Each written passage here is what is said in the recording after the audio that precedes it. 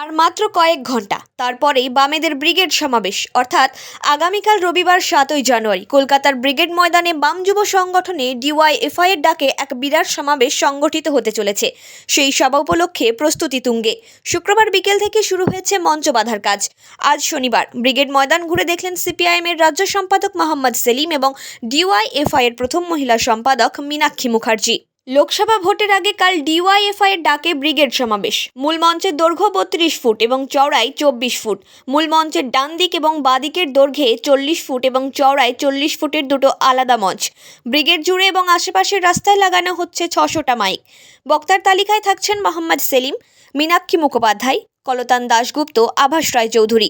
শহরের বিভিন্ন প্রান্ত থেকে ব্রিগেডে আসবে 7টি মিছিল। Sealdah, Howrah, Shyambazar, Hazra, Park Circus, Central, Subodh Mallick Square থেকে আসবে মিছিল। কাল ব্রিগেডের মঞ্চ থেকে কি বার্তা দেয় বাম নেতৃত্ব, সেই দিকে অবশ্যই নজর থাকবে আমাদের।